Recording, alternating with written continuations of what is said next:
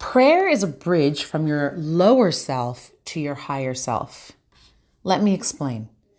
The last 3 months have been a whirlwind for me. From heartfelt connection between old friends, family, and new friends, to heart-throbbing tears, wake-up calls, and spiritual revelations. You could say I've been on the emotional roller coaster. One day, life throws me events that cause me to question some big life decisions. And the next, I'm thrown into events that cause immense feelings of stability and groundedness. I can almost hear the two voices of angel and devil sitting one on each shoulder, whispering into my ear, trying to convince me to side with one over the other. It can feel really chaotic and confusing at times, and I'm not afraid to admit that. Hopefully, some of you listening can relate. But then I turn to the conversation I know how to have when things get out of alignment. And that is a conversation with Source, with God, with the universe, whatever you want to call it. So I teach 4 steps that are meant to guide you out of pain and into freedom. Because let's face it, we are all hit with emotional ups and downs daily, and prayer is a conversation that should be constant in order to help us shift from lower self to higher self.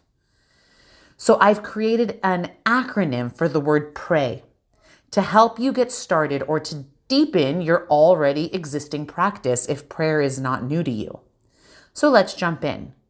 Let's take the word pray. P-R-A-Y. P stands for pause. Pause and take a deep breath. R is for reflect. Close your eyes, look in, and reflect on what you're feeling. What are you experiencing? What is coming up for you? You can even reflect by asking yourself, what am I feeling now? The third step, A, accept. Accept what is completely. And then Y is for yield, which is another word for surrender. Yield and let God work his magic. In other words, get out of your own way. So what do I mean when I say that prayer is a bridge from your lower self to your higher self? When I'm feeling stuck in my very bodily human thoughts and emotions, I know that the only way out is in. The only way to access my higher self, the part of me that is all light, that knows that God has my back, is by taking a moment to stop and reflect on what's going on in my inner world. In fact, according to Jewish wisdom, there is no word for prayer in Hebrew. God didn't create a nation of beggars, which is what most people think prayer is about. It's about begging for what we want. The word in Hebrew is lehit palel.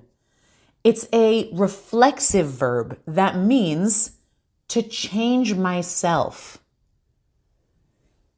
So there you have it, my prayer hack in the form of an easy to remember acronym that should help you change yourself in those moments when you feel stuck or pain or struggle.